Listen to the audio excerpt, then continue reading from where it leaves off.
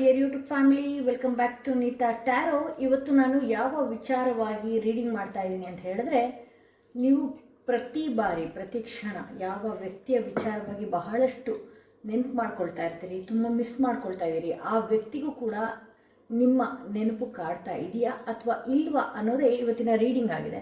ಹಾಗೆ ಆ ವ್ಯಕ್ತಿಯ ಪ್ರಸ್ತುತ ಪರಿಸ್ಥಿತಿ ಹೇಗಿದೆ, ಆ ವ್ಯಕ್ತಿ ಏನಾದರೂ ನಿಮ್ಗೆ ಹೇಳೋದಕ್ಕೆ ಬಯಸ್ತಾ ಇದ್ದಾರಾ, ಅವರ ಮೈಂಡ್ ಮೆಸೇಜ್ ಆಗಿರ್ಬೋದು, ಅವರ ಮನಸ್ಸಿನ ಮಾತು ಏನಾಗಿದೆ ಅನ್ನೋದೇ ಇವತ್ತಿನ ರೀಡಿಂಗ್ ಆಗಿರುತ್ತೆ. ಎಂದಿನಂತೆ ನಿಮ್ಮ ಮುಂದೆ 2 ಕಾರ್ಡ್ಗಳನ್ನ ಇಟ್ಟಿದ್ದೀನಿ, ಎಂದಿನಂತೆ ನಿಮ್ಮ ಮುಂದೆ 3 ಕಾರ್ಡ್ಗಳನ್ನ ಇಟ್ಟಿದ್ದೀನಿ. 3 ಕಾರ್ಡ್ಗಳ ಮೇಲೆ 3 ಸ್ಟೋನ್ಸ್ಗಳನ್ನ ಇಡ್ತಾ ಹೋಗ್ತೀನಿ. ಯಾವ ಸ್ಟೋನ್ ಇರುವ ಕಾರ್ಡ್, ಯಾವ ಕಾರ್ಡ್ ಇರುವ ಸ್ಟೋನ್ ನಿಮ್ಮ ಮನಸ್ಸಿಗೆ ತುಂಬಾ ಹತ್ತಿರ ರೆಸೊನೇಟ್ ಆಗುತ್ತಲ್ಲ, ಆ ಒಬ್ಬ ವ್ಯಕ್ತಿ ಹೆಸರನ್ನ 3 ಬಾರಿ ಹೇಳ್ಕೊಂಡು ಒಂದು ಕಾರ್ಡ್ನ ಸೆಲೆಕ್ಟ್ ಮಾಡ್ಕೊಳ್ಬೇಕಾಗತ್ತೆ. ನೀವು ಯಾವ ರೀತಿ ಆ ವ್ಯಕ್ತಿಯನ್ನು ಯೋಚನೆ ಮಾಡ್ತಿದ್ದೀರಿ, ಪ್ರತಿ ಕ್ಷಣ ಪ್ರತಿ ಬಾರಿ ಆ ವ್ಯಕ್ತಿಯ ವಿಚಾರವಾಗಿ ಬಹಳಷ್ಟು ಮಾನಸಿಕವಾಗಿ ಆಗಿರಬಹುದು, ಮನಸ್ಸಿನಲ್ಲಿ ಆಗಿರಬಹುದು ಕುಗ್ಗಿದಿರಿ, ಆ ವ್ಯಕ್ತಿಗೂ ಕೂಡ ನಿಮ್ಮ ಮೇಲೆ ಅದೇ ರೀತಿ ಫೀಲಿಂಗ್ಸ್ ಇದೆಯಾ ಅಥವಾ ಇಲ್ವಾ, ಆ ವ್ಯಕ್ತಿಯ ಸದ್ಯದ ಪರಿಸ್ಥಿತಿ ಯಾವ ರೀತಿ ಇದೆ ಅನ್ನೋದೇ ಇವತ್ತಿನ ರೀಡಿಂಗ್ ಆಗಿರುತ್ತೆ. ಎಂದಿನಂತೆ ನಿಮ್ಮ ಮುಂದೆ 3 ಕಾರ್ಡ್ಗಳನ್ನ ಇಟ್ಟಿದ್ದೀನಿ. 3 ಕಾರ್ಡ್ಗಳ ಮೇಲೆ 3 ಸ್ಟೋನ್ಸ್ಗಳನ್ನ ಇಟ್ಟಿದ್ದೀನಿ. ಯಾವ ಸ್ಟೋನ್ ಇರುವ ಕಾರ್ಡ್, ಯಾವ ಕಾರ್ಡ್ ಇರುವ ಸ್ಟೋನ್ ನಿಮ್ಮ ಮನಸ್ಸಿಗೆ ತುಂಬಾ ಹತ್ತಿರ ರೆಸೊನೇಟ್ ಆಗುತ್ತೆ, ಆ ಒಂದು ಕಾರ್ಡ್ನ ಸೆಲೆಕ್ಟ್ ಮಾಡ್ಕೊಳ್ಳಿ. ಬೇಕಿದ್ರೆ ಈ ವಿಡಿಯೋನ 2 ಮಿನಿಟ್ಸ್ ಪಾಸ್ ಮಾಡಿ, ಆ ವ್ಯಕ್ತಿ ಹೆಸರನ್ನ ಹೇಳ್ಕೊಂಡು ಕೂಡಲೇ ಯಾವ ಕಾರ್ಡ್ ನಿಮ್ಮ ಮನಸ್ಸಿಗೆ ತುಂಬಾ ಹತ್ತಿರ ರೆಸೊನೇಟ್ ಆಗುತ್ತೆ ಆ ಒಂದು ಕಾರ್ಡ್ನ ನೀವು ಸೆಲೆಕ್ಟ್ ಮಾಡ್ಕೊಳ್ಬೋದು. ಹಾಗೆ ಯಾರಿಗೆಲ್ಲ ಇಂಡಿವಿಜುವಲ್ ಆಗಿ ಪರ್ಸನಲ್ ಟಾರೋಟಿಂಗ್ ಸೆಷನ್ ಬೇಕು ಅನ್ನೋದಾದರೆ ಡಿಸ್ಕ್ರಿಪ್ಷನಲ್ಲಿ ಕೊಟ್ಟಿರುವಂತಹ ನಂಬರ್ಗೆ ಕಾಲ್ ಮಾಡಿ ಅಥವಾ ವಾಟ್ಸಪ್ ಮುಖಾಂತರ ನೀವು ಅಪಾಯಿಂಟ್ಮೆಂಟ್ಗಳನ್ನು ಪಡಿಬಹುದು. ಹಾಗೆ ಯಾರಿಗೆಲ್ಲ ಕ್ರಿಸ್ಟಲ್ಸ್ಗಳು ಬೇಕು ಅನ್ನೋದಾದರೆ ಅದು ಕೂಡ ವಾಟ್ಸಪ್ ಮುಖಾಂತರದಲ್ಲಿ ನೀವು ಬೈ ಮಾಡ್ಕೊಳ್ಬೇಕಾಗತ್ತೆ. ಹಾಗೆ ಈ ಕ್ರಿಸ್ಟಲ್ಸ್ ಫೆಬ್ರವರಿ 28 ಲಾಸ್ಟ್ ಡೇಟ್, ಅಂದರೆ ನಾಳೆ ಲಾಸ್ಟ್ ಡೇಟ್ ಇದೆ. ಇದೊಂದು ಆಫರ್ ಪ್ರೈಸ್ ಇತ್ತು 1800ಗೆ. ಇದು ರಿಲೇಷನ್ಶಿಪ್ ರೀಕನೆಕ್ಟ್ ಆಗೋದಕ್ಕೆ ಅಂತಲೇ ಬ್ರಾಸ್ಲೆಟ್ ಇತ್ತು. ಸೊ ಇದು ನೆಕ್ಸ್ಟ್ ಮಂತ್ ಅಂದರೆ ಮಾರ್ಚ್ 1ರಿಂದ ಮತ್ತೆ ಯಥಾ ಪ್ರಕಾರ ಹಳೆಯ ಪ್ರೈಸ್ಗೆ ಹೋಗುತ್ತೆ ಅಂತ ಹೇಳ್ತಾ ವಿಡಿಯೋನ ಶುರು ಮಾಡ್ತಾ ಇದ್ದೀನಿ. ನೀವು ಪ್ರತಿ ಕ್ಷಣ ಪ್ರತಿ ಬಾರಿ ಯಾರ ಬಗ್ಗೆ ಯೋಚನೆ ಮಾಡ್ತಿರ್ತೀರಿ, ಆ ವ್ಯಕ್ತಿನೂ ನಿಮ್ಮ ವಿಚಾರವಾಗಿ ಯೋಚನೆ ಮಾಡ್ತಾರ, ಆ ವ್ಯಕ್ತಿಯ ಭಾವನೆ ಯಾವ ರೀತಿ ಇದೆ ಅನ್ನೋದೇ ಇವತ್ತಿನ ರೀಡಿಂಗ್ ಆಗಿರುತ್ತೆ. ಯಾರೆಲ್ಲ ಮೊದಲನೇ ಸ್ಟೋನ್ ಇರುವಂತಹ ಕಾರ್ಡ್ ಸೆಲೆಕ್ಟ್ ಮಾಡ್ಕೊಂಡ್ರಿ, ಅವರ ರೀಡಿಂಗ್ ನೋಡೋಣ ಏನಾಗಿದೆ ಅಂತ ಹೇಳಿ. ಆ ವ್ಯಕ್ತಿಯ ಫೀಲಿಂಗ್ಸ್ ಯಾವ ರೀತಿ ಇದೆ, ಆ ವ್ಯಕ್ತಿಯ ಸಿಚುವೇಶನ್ಸ್ ಯಾವ ರೀತಿ ಇದೆ, ನಿಮ್ಮ ಹಾಗೆ ಆ ವ್ಯಕ್ತಿನೂ ಕೂಡ ನಿಮ್ಮ ಬಗ್ಗೆ ಯೋಚನೆ ಮಾಡ್ತಾರಾ ಇಲ್ವಾ ಅನ್ನೋದೇ ಇವತ್ತಿನ ರೀಡಿಂಗ್ ಆಗಿರುತ್ತೆ.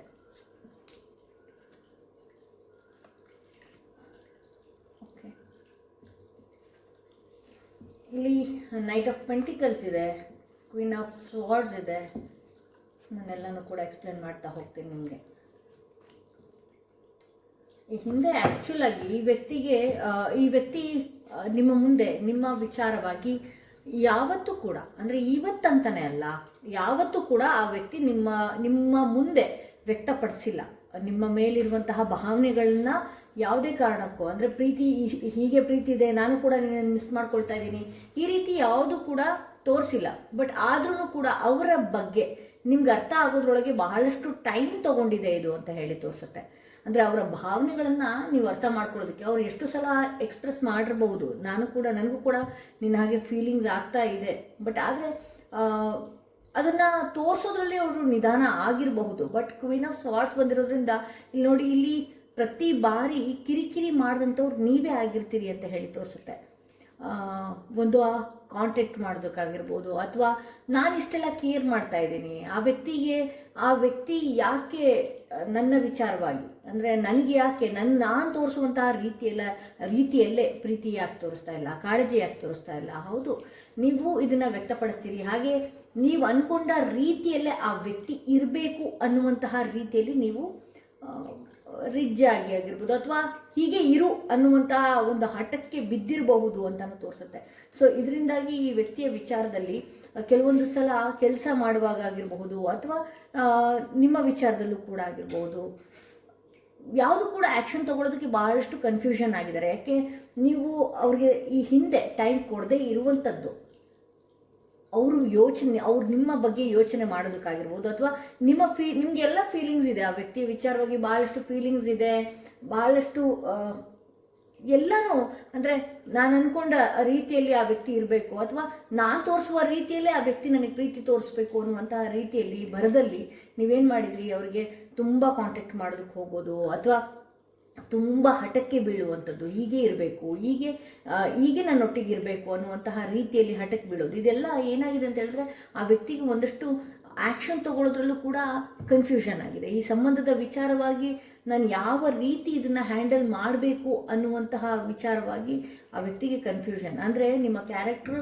ಬಹಳಷ್ಟು ಮುಗ್ಧತೆ ಇರಬಹುದು, ಅಥವಾ ನಿಮ್ಮ ಕ್ಯಾರೆಕ್ಟರ್ ನನಗೆ ಆ ವ್ಯಕ್ತಿ ಬೇಕು ಅನ್ನುವಂತಹ ಬರದಲ್ಲಿ, ಆ ವ್ಯಕ್ತಿಯನ್ನು ಪಡಿಬೇಕು ಅನ್ನುವಂತಹ ಬರದಲ್ಲಿ ಎಷ್ಟೋ ವಿಚಾರವಾಗಿ ನೀವು ಆ ವ್ಯಕ್ತಿನ ಕಳ್ಕೊಳ್ತಾ ಇದ್ದೀರಿ. ಪದೇ ಪದೇ ಕಾಂಟ್ಯಾಕ್ಟ್ ಮಾಡೋದಾಗಿರ್ಬೋದು, ಪದೇ ಪದೇ ಮಾತನಾಡೋದಾಗಿರ್ಬೋದು, ಅಥವಾ ಪದೇ ಪದೇ ಅವ್ರನ್ನ ಅನುಮಾನಿಸಿ ನೋಡುವಂಥದ್ದಾಗಿರ್ಬೋದು. ಇಲ್ಲಿ ಕ್ವೀನ್ ಆಫ್ ಸ್ವಾರ್ಡ್ಸ್ ಬಂದಿರೋದ್ರಿಂದ ನಿಮ್ಮ ಯೋಚನೆಗಳು ಕ್ಲಿಯರ್ ಆಗಿರಲಿಲ್ಲ, ಒಂದಷ್ಟು ಗೋಜಾಗಿ ನೀವು ಮಾಡ್ಕೊಂಡಿದ್ರಿ.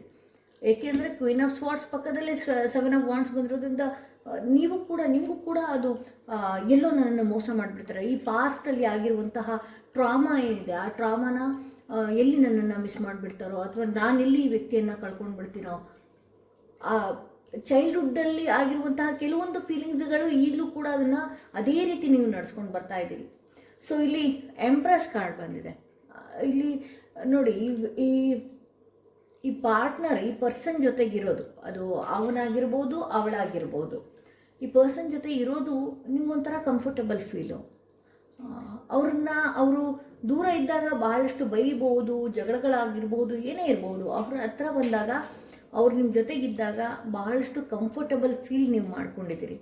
ಇಲ್ಲಿ ಆ ವ್ಯಕ್ತಿಗೆ ಇಲ್ಲಿ ನಿಮ್ಮಿಂದ ದೂರ ಆದ ಮೇಲೆ ಒಂದಷ್ಟು ಸಮಾಧಾನ ಇದೆ.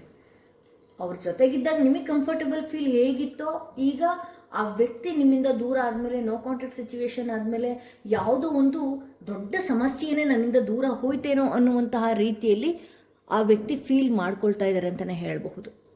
ಓಕೆ, ಇಲ್ಲಿ ಅವರು ದೂರ ಆದಮೇಲೆ ಬಹಳಷ್ಟು ಡಿಪ್ರೆಷನ್ ಆಗಿರ್ಬೋದು, ಆ್ಯಂಗ್ಸೈಟಿ ಆಗಿರಬಹುದು, ಬಹಳಷ್ಟು ಒಂದು ರೀತಿ ಹುಷಾರು ತಪ್ಪಿದಂತೆ, ಬಟ್ ಆದರೆ ಯಾವುದೇ ಕಾಯಿಲೆಗಳಿಲ್ಲ.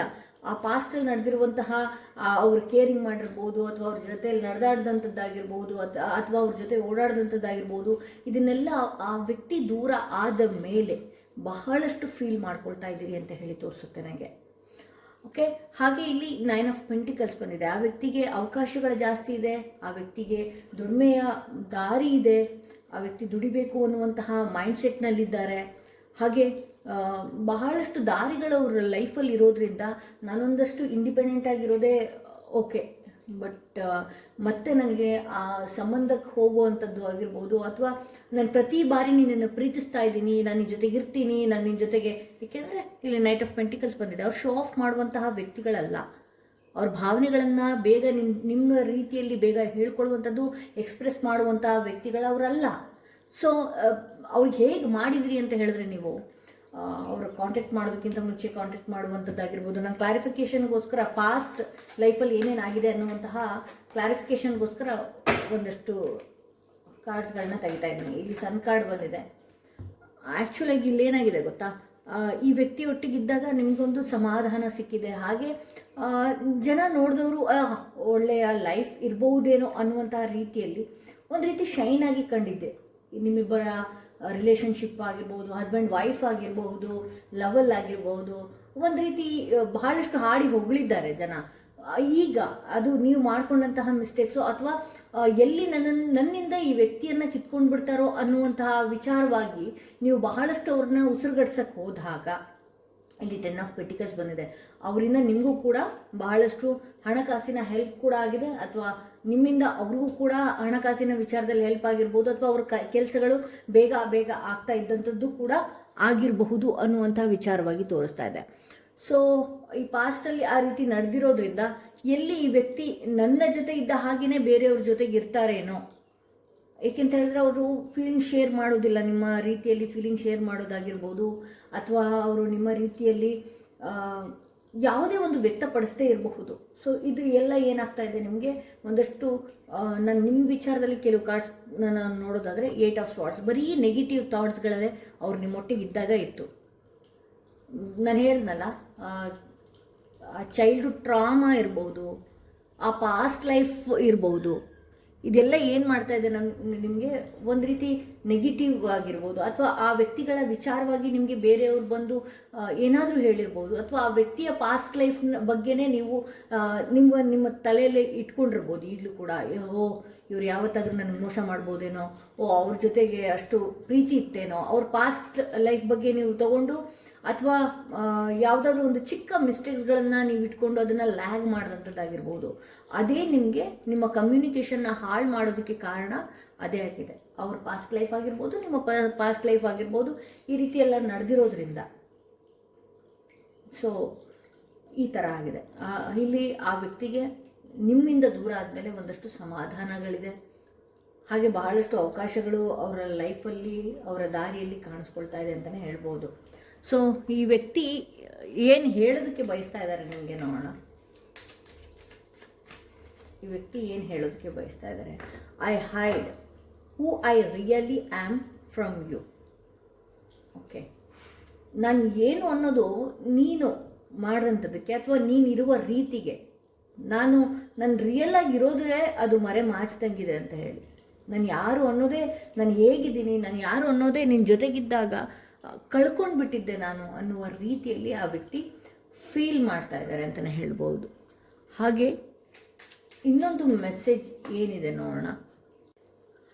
I am becoming A better person ಅಂತಲೂ ಕೂಡ ಹೇಳ್ತಾ ಇದ್ದಾರೆ. ಅವರ ಮೈಂಡ್, ಅವರ ಪರಿಸ್ಥಿತಿ ಆಗಿದೆ. ನಾನು ನಿನ್ನಿಂದ ದೂರ ಆದಮೇಲೆ ಈಗ ಬೆಟರ್ ಪರ್ಸನ್ ಆಗ್ತಾ ಇದ್ದೀನಿ. ಅಂದರೆ ತುಂಬ ಸ್ಟ್ರೆಸ್ ಇಲ್ಲ, ಹಾಗೆ ಯಾವಾಗಲೂ ಕೂಡ ಭಯ ಕಾಡುವಂಥದ್ದು, ಅಥವಾ ನನ್ನ ಪರ್ಸ್ನಲ್ ಲೈಫು ಇನ್ನೊಂದೋ ಮತ್ತೊಂದೋ. ಬಟ್ ಆದರೆ ನಾನು ನಿನ್ನಿಂದ ದೂರ ಹೋದ ಮೇಲೆ ನಾನು ಬೆಟರ್ ಪರ್ಸನ್ ಆಗಿದ್ದೀನಿ ಅನ್ನುವಂತಹ ಒಂದು ಮೆಸೇಜ್ ನಿಮಗೆ ಕೊಡ್ತಾ ಇದ್ದಾರೆ ಅಂತ ಹೇಳ್ಬೋದು. ಸೊ ಇದು ಮೊದಲನೆಯ ಕಾರ್ಡ್. ಯಾರು ಸೆಲೆಕ್ಟ್ ಮಾಡ್ಕೊಂಡಿದ್ರಿ ಅವರ ರೀಡಿಂಗ್ ಇದಾಗಿತ್ತು. ಸೊ ವ್ಯಕ್ತಿಯ ಬಗ್ಗೆ ನಾನು ಹೇಳೋದಾದರೆ, ಈ ವ್ಯಕ್ತಿಯ ವಿಚಾರವಾಗಿ ಅನುಮಾನ ಬೇಡ. ಬಟ್ ನಿಮ್ಮ ಪಾಸ್ಟೋ ಅಥವಾ ಅವರ ಪಾಸ್ಟೋ ಮೆಲ್ಕು ಹಾಕಿ ಇದಕ್ಕೆ ಈ ರೀತಿ ಆಗೋದಕ್ಕೆ ನಿಮಗೆ ನೀವೇ ಕಾರಣರಾಗಿದ್ದೀರಿ ಅಂತ ಹೇಳ್ಬೋದು. ಸೊ ಇದು ಮೊದಲನೆಯ ಕಾರ್ಡ್. ಯಾರು ಸೆಲೆಕ್ಟ್ ಮಾಡ್ಕೊಂಡಿದ್ರಿ ಅವರ ರೀಡಿಂಗ್ ಇದಾಗಿತ್ತು ಅಂತ ಹೇಳ್ತಾ, ಯಾರೆಲ್ಲ ಸೆಕೆಂಡ್ ಸ್ಟೋನ್ ಇರುವಂತಹ ಕಾರ್ಡ್ ಸೆಲೆಕ್ಟ್ ಮಾಡ್ಕೊಂಡ್ರಿ ಅವರ ರೀಡಿಂಗ್ ನೋಡೋಣ. ಯಾರೆಲ್ಲ ಈ ಸ್ಟೋನ್ ಇರುವಂತಹ ಕಾರ್ಡ್ ಸೆಲೆಕ್ಟ್ ಮಾಡ್ಕೊಂಡ್ರಿ,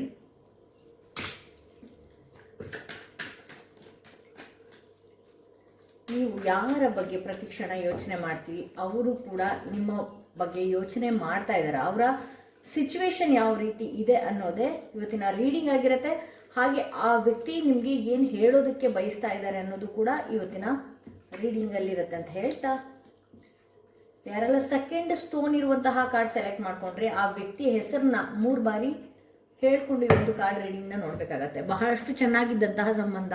ಇಲ್ಲಿ 10 ವೀಲ್ ಆಫ್ ಫಾರ್ಚೂನ್ ಬಂದಿರೋದ್ರಿಂದ ಸಡನ್ ಆಗಿ ಬದಲಾಗಿದ್ದಾರೆ ಅಂತ ಹೇಳಿ ತೋರಿಸುತ್ತೆ. ಈ ಪಾಸ್ಟಲ್ಲಿ ನೀವು ಅಂದ್ಕೊಳ್ಳೋದಕ್ಕೆ ಸಾಧ್ಯನೇ ಇಲ್ಲ.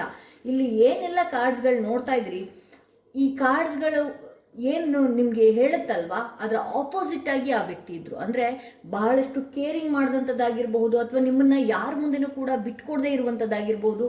ಎಲ್ಲ ರೀತಿಯಲ್ಲೂ ಕೂಡ ಇಲ್ಲಿ ನಿಮಗೆ ಅನುಮಾನನೇ ಬೇಡ. ಅಂದರೆ ಆ ವ್ಯಕ್ತಿ ಬದಲಾಗ್ತಾರೆ ಅನ್ನುವಂತಹ ಚಿಕ್ಕ ಹಿಂಟು ಕೂಡ ಇರಲಿಲ್ಲ. ಹಾಗೆ ಈ ವ್ಯಕ್ತಿ ನಿಮ್ಮಿಂದ ದೂರ ಆಗ್ತಾರೆ ಅನ್ನುವಂತಹ ಭಾವನೆಗಳು ಕೂಡ ಇರಲಿಲ್ಲ, ಅಥವಾ ನಿಮ್ಮನ್ನ ಇಗ್ನೋರ್ ಮಾಡ್ತಾರೆ, ಈ ಥರದೊಂದು ಪರಿಸ್ಥಿತಿ ಬರುತ್ತೆ ಅನ್ನುವಂತಹ ಯಾವ ಸುಳಿವು ಇಲ್ಲ. ಇಲ್ಲಿ ಮೇಜರ್ ಆಗಿ ನಾನು ನೋಡೋದಾದ್ರೆ ಆ ವ್ಯಕ್ತಿ ಸಡನ್ ಬದಲಾಗಿದ್ದಾರೆ ಅಂತಾನೆ ತೋರಿಸುತ್ತೆ. ಬಹಳಷ್ಟು ಬದಲಾವಣೆ ಆ ವ್ಯಕ್ತಿ ವಿಚಾರವಾಗಿ ನೀವು ನೋಡ್ತಿದ್ದೀರಿ ಅಂತಾನೆ ಹೇಳ್ಬಹುದು. ಹಾಗೆ ಇಲ್ಲಿ 7 ಆಫ್ ಪೆಂಟಿಕಲ್ಸ್ ಬಂದಿದೆ.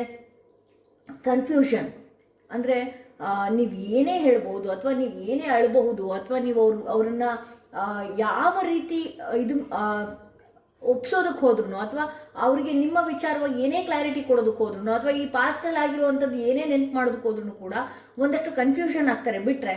ಬಟ್ ಆದರೆ ಆ ವ್ಯಕ್ತಿ ಬಹಳಷ್ಟು ಬದಲಾಗಿದ್ದಾರೆ ಅನ್ನುವಂಥದ್ದೇ ತೋರಿಸುತ್ತೆ. ಇಲ್ಲಿ 5 ಆಫ್ ಸ್ವಾರ್ಡ್ಸ್ ಬಂದಿರೋದ್ರಿಂದ ನಿಮ್ಮ ನಂಬಿಕೆಗೆ ಈ ವ್ಯಕ್ತಿ ಅರ್ಹರೇ ಅಲ್ವೇನೋ ಅನ್ನುವಂತಹ ರೀತಿಯಲ್ಲಿ ನಿಮ್ಮ ಬಗ್ಗೆ ನೆಗೆಟಿವ್ ಆಗಿ ಮಾತನಾಡುವಂಥದ್ದು, ಅಥವಾ ನಿಮ್ಮ ಬಗ್ಗೆ ಲೂ ಪಾಯಿಂಟ್ಸ್ಗಳನ್ನು ಈ ವ್ಯಕ್ತಿಗೆ ನೀವು ಕಾಂಟ್ಯಾಕ್ಟ್ ಮಾಡಿದಾಗ ಹೇಳುವಂಥದ್ದು, ಈ ರೀತಿ ಎಲ್ಲ ಮಾಡ್ತಾ ಇದ್ದಾರೆ ಅಂತ ಹೇಳಿ.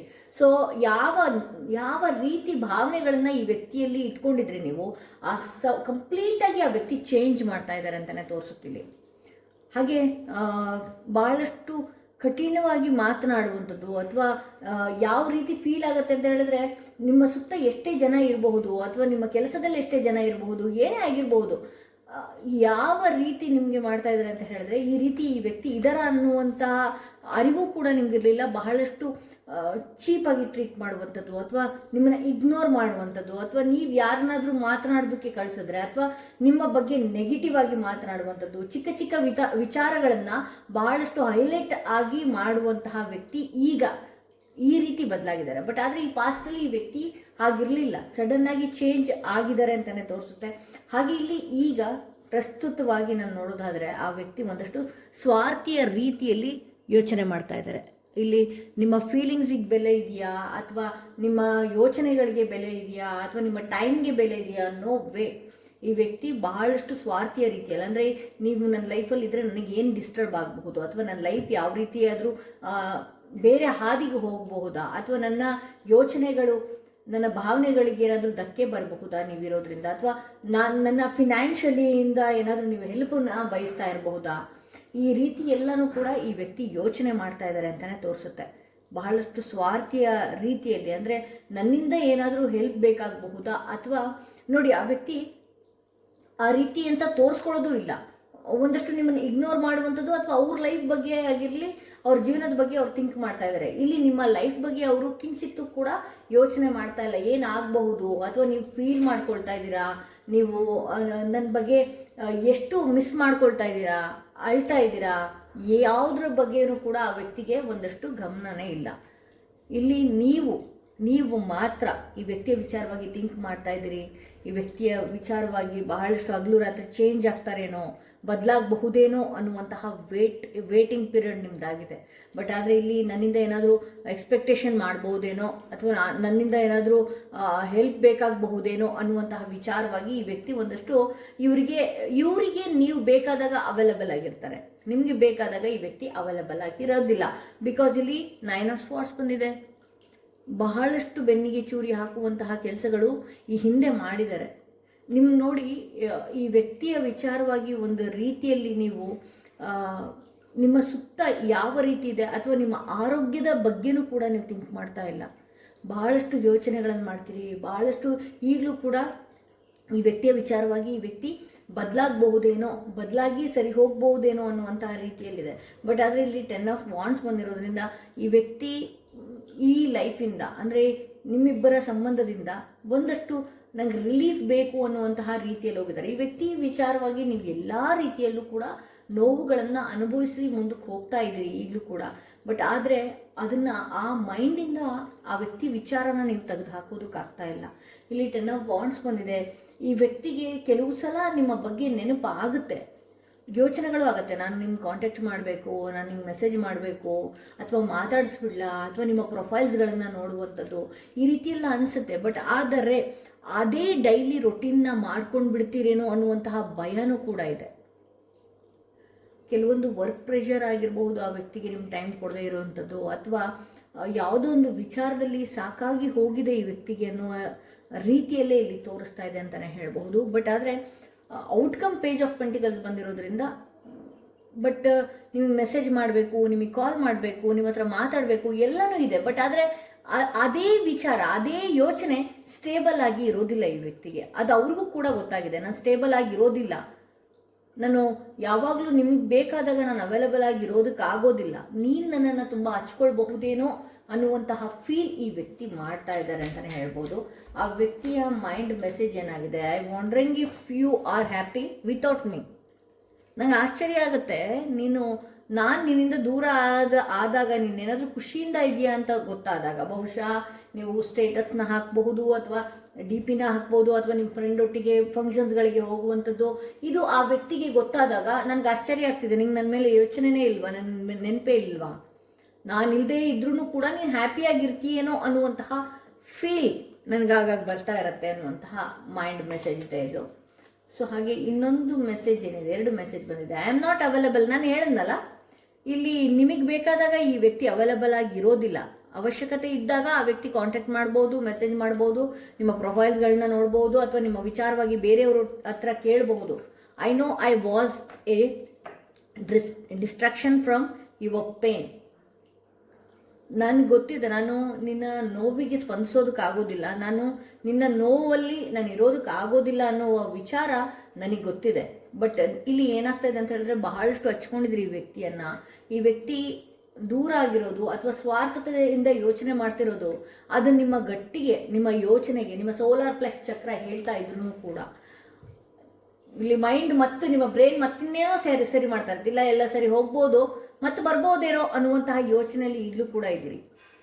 ಆ ವ್ಯಕ್ತಿನೂ ಕೂಡ ಇಲ್ಲಿ ನೋಡಿ, ನಿಮಗೆ ಪರ್ಮನೆಂಟ್ ಆಗಿ ದೂರ ಇರೋದಕ್ಕೂ ಆಗ್ತಾ ಇಲ್ಲ. ಆ ವ್ಯಕ್ತಿ ಇಲ್ಲಿ ಯಾವಾಗಾದ್ರೂ ಒಂದ್ಸಲ ಮೆಸೇಜ್ ಮಾಡೋದು, ಕಾಲ್ ಮಾಡೋದು, ಇಲ್ಲಿ ಹೇಗಾಗ್ತಿದೆ ಅಂತ ಹೇಳಿದ್ರೆ ಇಲ್ಲಿ ನಿಮಗೆ ಕ್ಲಾರಿಟಿನೇ ಸಿಗ್ತಾ ಇಲ್ಲ ಅಂತಾನೆ ಹೇಳಬಹುದು. ಸೊ ಹಾಗಾಗಿ ಮತ್ತು ಕೂಡ ಈ ವ್ಯಕ್ತಿಯ ಬಗ್ಗೆ ನೀವು ಯೋಚನೆ ಮಾಡ್ತಾ ಇರ್ತೀರಿ ಅಂತ ಹೇಳಿ ತೋರಿಸ್ತಾ ಇದೆ. ಬಟ್ ಈ ಪಾಸ್ಟಲ್ಲಿ ಈ ವ್ಯಕ್ತಿ ನಿಮ್ಮೊಟ್ಟಿಗೆ ಹೇಗಿದ್ರು ಅಂತ ಹೇಳಿದ್ರೆ, ಈ ವ್ಯಕ್ತಿಯನ್ನ ನೀವು ಬಿಟ್ಟು, ಈ ವ್ಯಕ್ತಿ ನಿಮ್ಮಿಂದ ಚೇಂಜ್ ಆಗ್ತಾರೆ ಅಥವಾ ಬಿಟ್ಟು ದೂರ ಹೋಗ್ತಾರೆ ಅನ್ನುವಂತಹ ಪರಿಸ್ಥಿತಿಗಳೇ ಇರಲಿಲ್ಲ. ಒಂದಷ್ಟು ನೀವು ಇಗ್ನೋರ್ ಮಾಡಿರಬಹುದು, ಬಿಟ್ರೆ ಆ ವ್ಯಕ್ತಿ ನಿಮ್ಮನ್ನ ಬಹಳಷ್ಟು ಹಚ್ಕೊಂಡಿದ್ರು. ಸಡನ್ ಆಗಿ ಇತ್ತೀಚೆಗೆ ಬದಲಾಗ್ತಾ ಇರುವಂಥದ್ದು. ಇಲ್ಲಿ ನೀವು ಯಾವಾಗಾದ್ರೂ ಫೋನ್ ಮಾಡುವಾಗ ಅಥವಾ ಮೆಸೇಜ್ ಮಾಡಿದಾಗ ಅಥವಾ ಪ್ರತಿ ಬಾರಿ ನಿಮ್ಮ ಪಾಸ್ಟ್ ಬಗ್ಗೆ, ನಿಮ್ಮಿಬ್ಬರ ಪಾಸ್ಟ್ ಬಗ್ಗೆ ನೀವು ಹೇಳಿದಾಗ ಈ ವ್ಯಕ್ತಿ ಒಂದಷ್ಟು ಕನ್ಫ್ಯೂಷನ್ಗೆ ಒಳಗಾಗಬಹುದು. ಬಟ್ ಆದರೆ ಇವರು ನಿಮ್ಮಿಂದ ತಪ್ಪಿಸ್ಕೊಂಡು ಹೋಗೋದಕ್ಕೋ ಅಥವಾ ಬೇರೆಯವರ ಮುಂದೆ ನಿಮ್ಮನ್ನ ಬೇಗ ಕೆಟ್ಟವ್ರನ್ನಾಗಿ ಮಾಡುವಂಥದ್ದು ಅಥವಾ ಇಗ್ನೋರ್ ಮಾಡುವಂಥದ್ದು, ನಿಮ್ಗೆ ಹರ್ಟ್ ಆಗುವ ರೀತಿಯಲ್ಲಿ ನಡ್ಕೊಳ್ಳುವಂಥದ್ದು, ಸ್ವಾರ್ಥಿಯ ರೀತಿಯಲ್ಲಿ ಯೋಚನೆ ಮಾಡುವಂಥದ್ದು, ಈ ರೀತಿ ಎಲ್ಲ ಈ ವ್ಯಕ್ತಿ ಮಾಡ್ತಾ ಇದ್ದಾರೆ ಅಂತಾನೆ ತೋರಿಸುತ್ತೆ. ಸೊ ಇದು ಸೆಕೆಂಡ್ ಕಾರ್ಡ್ ಯಾರು ಸೆಲೆಕ್ಟ್ ಮಾಡ್ಕೊಂಡಿದ್ರಿ ಅವರ ರೀಡಿಂಗ್ ಇದಾಗಿತ್ತು ಅಂತ ಹೇಳ್ತಾ, ಮೂರನೇ ಕಾರ್ಡ್ ಯಾರು ಸೆಲೆಕ್ಟ್ ಮಾಡ್ಕೊಂಡಿದ್ರಿ ಅವರ ರೀಡಿಂಗ್ ನೋಡೋಣ ಏನಾಗಿದೆ ಅಂತ ಹೇಳಿ. ಯಾರೆಲ್ಲ ಮೂರನೇ ಸ್ಟೋನ್ ಇರುವಂತಹ ಕಾರ್ಡ್ ಸೆಲೆಕ್ಟ್ ಮಾಡ್ಕೊಂಡ್ರಿ, ನಿಮ್ಮ ರೀಡಿಂಗ್ ನೋಡೋಣ ಏನಾಗಿದೆ ಅಂತ ಹೇಳಿ. ನೀವು ಯಾವ ವ್ಯಕ್ತಿಯ ವಿಚಾರವಾಗಿ ಪ್ರತಿ ಕ್ಷಣ ಪ್ರತಿ ಬಾರಿ ಯೋಚನೆ ಮಾಡ್ತಾ ಇದ್ರಿ, ಆ ವ್ಯಕ್ತಿನೂ ಕೂಡ ನಿಮ್ಮ ಬಗ್ಗೆ ಯೋಚನೆ ಮಾಡ್ತಿದ್ದಾರಾ? ಆ ವ್ಯಕ್ತಿಗೆ ನಿಮ್ಮ ನೆನಪು ಕಾಡ್ತಾ ಇದೆಯಾ ಅಥವಾ ಇಲ್ವಾ ಅನ್ನೋದೇ ಇವತ್ತಿನ ರೀಡಿಂಗ್ ಆಗಿರುತ್ತೆ. ಆ ವ್ಯಕ್ತಿಗೆ ನಿಮ್ಮ ನೆನಪು ಕಾಡ್ತಿದೆಯಾ? ಆ ವ್ಯಕ್ತಿಯ ಪ್ರೆಸೆಂಟ್ ಸಿಚುವೇಶನ್ ಯಾವ ರೀತಿ ಇದೆ? ಓಕೆ,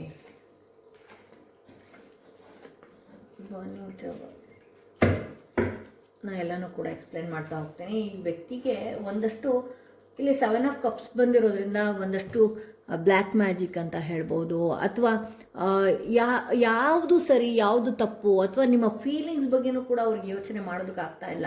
ಅವ್ರಿಗೆ ಗೊತ್ತಾಗ್ತಾ ಇದೆ ನಿಮ್ಮಿಂದ ದೂರ ಇರೋದು ಸರಿಯಲ್ಲ ಅಂತ ಹೇಳಿ, ಬಟ್ ಬರೋದಕ್ಕೆ ಏನೋ ವಿಚಾರಗಳು ತಡೀತಾ ಇದೆ.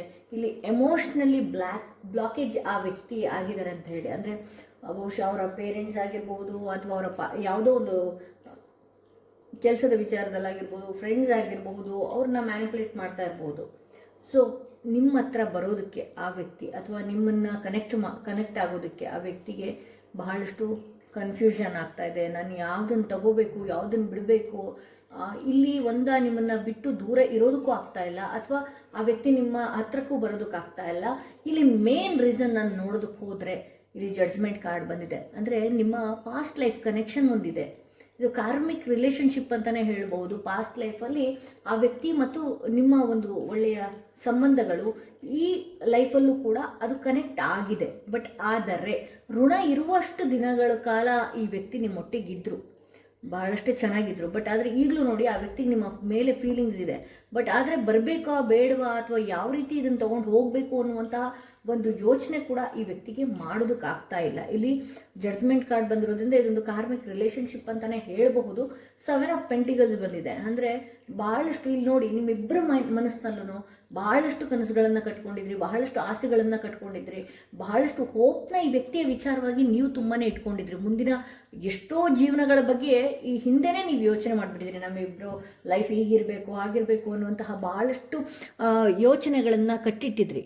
ಬಟ್ ಆದರೆ ಈ ವ್ಯಕ್ತಿ ಆಗಿರ್ಬೋದು ಅಥವಾ ನೀವಾಗಿರ್ಬೋದು, ಯಾಕೆ ಈಗ ಆಗೋಯ್ತು, ಯಾಕೆ ಈ ರೀತಿ ಒಂದು ಪರಿಸ್ಥಿತಿ ಬಂದ್ಬಿಡ್ತು ಅನ್ನುವಂತಹ ಯೋಚನೆ ಮಾಡುವಂತಹ ಟೈಮ್ ಇದಾಗಿದೆ. ಸೊ ಇಲ್ಲಿ 5 ಆಫ್ ಸ್ವಾರ್ಡ್ಸ್ ಬರ್ತಿದೆ. ಹೇಳಿದ್ನಲ್ಲ, ಇಲ್ಲಿ ಬರೀ ನಿಮ್ಮಿಬ್ಬರ ಸಂಬಂಧದಲ್ಲಿ ಆಬ್ಸ್ಟಿಕಲ್ಸ್ಗಳನ್ನೇ ನಾನು ನೋಡ್ತಾ ಇದ್ದೀನಿ. ಅಂದರೆ ಇವತ್ತು ಚೆನ್ನಾಗಿರುವಂಥದ್ದು ಅಥವಾ ಒಂದು ವಾರ ಈ ವ್ಯಕ್ತಿ ನಿಮ್ಮ ಜೊತೆ ಒಳ್ಳೆಯ ಕಾಂಟ್ಯಾಕ್ಟ್ನಲ್ಲಿರುವಂಥದ್ದು, ಮತ್ತು ಇನ್ನೊಂದು ವಾರದಲ್ಲಿ ಈ ವ್ಯಕ್ತಿ ನಿಮ್ಮಿಂದ ನೋ ಕಾಂಟ್ಯಾಕ್ಟ್ ಸಿಚುವೇಶನ್ಗೆ ಬರುವಂಥದ್ದು. ಅಥವಾ ಅವರು ಏನಾಗ್ತಾಯಿದೆ ಅಂತ ಹೇಳಿದ್ರೆ ಇಲ್ಲಿ ಯಾವಾಗಲೂ ಏರುಪೇರುಗಳೇ ಜಾಸ್ತಿ ನೋಡ್ಬೋದು. ಒಂದೆರಡು ದಿನ ತುಂಬ ಪ್ರೀತಿಯಿಂದ ಮಾತನಾಡೋದು, ಅಥವಾ ಇನ್ನೊಂದೆರಡು ದಿನ ಮತ್ತೆ ಆ ಜಗಳಗಳು ಕಿರಿಕಿರಿಗಳು ನಿಮ್ಮಿಬ್ಬರ ನಡುವೆ ಆಗ್ತಾ ಇದೆ ಅಂತಲೇ ಹೇಳುತ್ತೆ. ಸೊ ಇಲ್ಲಿ ಮೆಜಿಷಿಯನ್ ಕಾರ್ಡ್ ಬಂದಿದೆ. ಒಂದಷ್ಟು ನಾನು ಹೇಳಿದ್ನಲ್ಲ, ಈ ಹಿಂದೆನೇ ನಿಮ್ಮಿಬ್ಬರ ನಡುವೆ ಒಂದಷ್ಟು ಕಾರ್ಮಿಕ್ ಕನೆಕ್ಷನ್ ಇರೋದ್ರಿಂದ ನಿಮ್ಮಿಬ್ಬರ ಸಂಬಂಧದಲ್ಲಿ ಬರ್ನಿಂಗ್ ಟವರ್ ಬಂದಿದೆ. ಭಗವಂತನ ಇಚ್ಛೆ ನಿಮ್ಮ ಜೀವನದಲ್ಲಿ ಬೇರೆ ಏನೋ ಇದೆ ಅನ್ನುವಂಥದ್ದು ತೋರಿಸ್ತಾ ಇದೆ. ಇಲ್ಲಿ ನಿಮ್ಮದಲ್ಲದೆ ಇರುವಂತಹ ವ್ಯಕ್ತಿ ಆಗಿರ್ಬೋದು, ನಿಮ್ಮದಲ್ಲದೆ ಇರುವಂತಹ ಯಾವುದೇ ವಸ್ತುಗಳಾಗಿರ್ಬೋದು, ಅದು ಭಗವಂತನ ಇಚ್ಛೆಯಿಂದನೇ ಅದು ಕಟ್ ಆಫ್ ಆಗ್ತಾ ಇದೆ, ಅಂದರೆ ಮುಗಿತಾ ಇದೆ ಅಂತ ಹೇಳಿ ತೋರಿಸ್ತಾ ಇದೆ. ಸಡನ್ನಾಗಿ ಬಹಳ ಕೇರಿಂಗ್ ಆಯಿತು ಅಥವಾ ಬಹಳ ಯೋಚನೆಗಳಾಯಿತು ನಿಮ್ಮಿಬ್ಬರ ನಡುವೆ, ಬಹಳ ಸಡನ್ನಾಗಿ ಎತ್ತರಕ್ಕೆ ಹೋಗಿತ್ತು ಈ ಸಂಬಂಧ, ಸಡನ್ನಾಗಿ ಅದೇ ರೀತಿ ಇಲ್ಲಿ ಮುಗಿದಿದೆ ಅಂತ ಹೇಳಿ ತೋರಿಸ್ತಾ ಇದೆ. ಇಲ್ಲಿ ಮೆಜಿಷಿಯನ್ ಕಾರ್ಡ್ ನಾನು ನೋಡ್ತಾ ಇರೋದ್ರಿಂದ ನಿಮ್ಮ ಲೈಫಲ್ಲಿ ಮತ್ತೆ ರೀಸ್ಟಾರ್ಟ್ ಅನ್ನೋದು ಬರ್ತಾ ಇದೆ. ಸೊ ಹಾಗಾಗಿ ಈ ವ್ಯಕ್ತಿ ನಿಮ್ಮ ಲೈಫಿಗೆ ಪರ್ಮನೆಂಟ್ ಆಗಿರೋದಕ್ಕೆ ಸಮಂಜಸ ಅಲ್ಲ ಅಂತಲೇ ನಾನು ಹೇಳ್ಬೋದು. ಇಲ್ಲಿ ಪೇಜ್ ಆಫ್ ವಾಂಡ್ಸ್ ಬಂದಿರೋದ್ರಿಂದ ಕೆಲವೊಂದು ಸಲ ಮನಸ್ಸು ತುಂಬ ಗಟ್ಟಿಯಾಗಿ ಮಾಡ್ಕೊಳ್ತೀರಿ, ಬಟ್ ಆದರೆ ಇನ್ನೊಂದು ಕೆಲವೊಂದು ಸಲ ಯಾರೋ ಯೋಚನೆ ಮಾಡಿಸಿದಾಗ ಅಥವಾ ಅವ್ರ ಕಾಂಟ್ಯಾಕ್ಟ್ ಬಂದಾಗ, ಅವರು ಜೊತೆಯಲ್ಲಿ ಇದ್ದಿದ್ದ ನೆನಪುಗಳು ಬಂದಾಗ ಇಲ್ಲಿ ನೀವು ನಿಮ್ಮ ಮನಸ್ಸನ್ನು ಒಂದಷ್ಟು ಸ್ಟ್ರಾಂಗ್ ಆಗಿ ಇಟ್ಕೊಳ್ಳೋದಕ್ಕಾಗ್ತಾ ಇಲ್ಲ. ನೀವೇ ಕಾಂಟ್ಯಾಕ್ಟ್ ಮಾಡೋದಕ್ಕೆ ಹೋಗ್ತೀರಿ ಅಥವಾ ನೀವೇ ಮೀಟ್ ಮಾಡೋದಕ್ಕೆ ಹೋಗ್ತೀರಿ, ಅಥವಾ ಆ ಮೂಮೆಂಟಿಗೆ ನಿಮಗೆ ಸಮಾಧಾನ ಬೇಕು ಅಂತ ಅಂದುವಾಗ ಈ ವ್ಯಕ್ತಿಯನ್ನು ಕಾಂಟ್ಯಾಕ್ಟ್ ಮಾಡೋದು, ಮಾತಾಡೋದು, ಬಟ್ ಸ್ಥಿರವಾಗಿ ಅದನ್ನು ಎಕ್ಸೆಪ್ಟ್ ಮಾಡ್ಕೊಳ್ಳೋದಕ್ಕಾಗ್ತಾ ಇಲ್ಲ ನಿಮ್ಮ ಮನಸ್ಸು. ಈ ವ್ಯಕ್ತಿ ನನ್ನ ಲೈಫಿಗೆ ಅಲ್ಲ, ಈ ವ್ಯಕ್ತಿ ನನ್ನ ಜೊತೆ ಪರ್ಮನೆಂಟಾಗಿ ಇರುವಂತಹ ವ್ಯಕ್ತಿ ಅಲ್ಲ ಅನ್ನೋದು ನೀವು ಅದನ್ನು ಎಕ್ಸೆಪ್ಟ್ ಮಾಡ್ಕೊಳ್ಳೋದಕ್ಕೆ ಆಗ್ತಾ ಇಲ್ಲ ಅನ್ನುವಂಥದ್ದು ತೋರಿಸ್ತಾ ಇದೆ. ಹಾಗೆ ಅವರ ಮೈಂಡ್ ಮೆಸೇಜ್ ಏನಾಗಿದೆ ನಿಮ್ಮ ವಿಚಾರದಲ್ಲಿ, ಅವರ ಮೈಂಡ್ ಮೆಸೇಜ್ ಏನಾಗಿದೆ, I regret lying to you ಅಂತ ಹೇಳಿ ತೋರಿಸ್ತಾ ಇದೆ. ನನಗೆ ಪಶ್ಚಾತ್ತಾಪ ಕಾಡ್ತಾ ಇದೆ, ನಾನು ಸುಳ್ಳು ಹೇಳಿರಬಹುದು ಅಥವಾ ನಿನ್ನಿಂದ ದೂರ ಆಗ್ತಿರಬಹುದು ಅಥವಾ ಏನೇ ಆಗಿರಬಹುದು, ನಾನು ನಿನ್ನನ್ನು ಅವಾಯ್ಡ್ ಮಾಡಿರ್ಬೋದು, ಬ್ಲಾಕ್ ಮಾಡಿರ್ಬೋದು, ನೋ ಕಾಂಟ್ಯಾಕ್ಟ್ ಸಿಚುವೇಶನ್ ಆಗಿರಬಹುದು, ನಿನ್ನನ್ನು ಇಗ್ನೋರ್ ಮಾಡ್ತಾ ಇರ್ಬೋದು, ಅದು ಎಲ್ಲದಕ್ಕೂ ಕೂಡ ನನಗೆ ರಿಗ್ರೆಟ್ ಕಾಡ್ತಾ ಇದೆ ಅಂತ ಹೇಳಿ ತೋರಿಸ್ತಾ ಇದೆ. ಹಾಗೆ ಇನ್ನೊಂದು ಮೆಸೇಜ್ ನೋಡ್ತಾ ಇದ್ದೀನಿ, you don't know how hard it was to let you go. ನಿನಗೆ ಗೊತ್ತಾಗ್ತಾ ಇಲ್ಲ, ನನಗೆ ನಿನ್ನಿಂದ ದೂರ ಆಗೋದಕ್ಕೂ ಕೂಡ ಬಹಳಷ್ಟು ನೋವಾಗ್ತಾ ಇದೆ, ನಿನ್ಗೆ ಲೆಟ್ ಗೋ ಮಾಡೋದಕ್ಕೂ ಕೂಡ ತುಂಬ ಕಷ್ಟ ಆಗ್ತಾ ಇದೆ, ಅಥವಾ ನಿನಗೆ ಒಂದು ಕ್ಲಾರಿಟಿಯಾಗಿ ನಮ್ಮಿಬ್ಬರ ಸಂಬಂಧ ಬೇಡ ಅನ್ನೋದಕ್ಕೂ ಕೂಡ ಬಹಳಷ್ಟು ನನಗೆ ಗಿಲ್ಟ್ ಕಾಡ್ತಾ ಇದೆ ಅನ್ನುವಂತಹ ರೀತಿಯಲ್ಲಿ ಆ ವ್ಯಕ್ತಿಯ ಮನಸ್ಥಿತಿ ಇದೆ ಅಂತ ಹೇಳ್ತಾ ಈ ವಿಡಿಯೋನ ಇಲ್ಲಿಗೆ ಮುಗಿಸ್ತಾ ಇದ್ದೀನಿ. ಯಾರೆಲ್ಲ ಫಸ್ಟ್ ಟೈಮ್ ನನ್ನ ವಿಡಿಯೋ ನೋಡ್ತಾ ಇದ್ರಿ ದಯವಿಟ್ಟು ಫಾಲೋ ಮಾಡೋದನ್ನ ಮರಿಬೇಡಿ.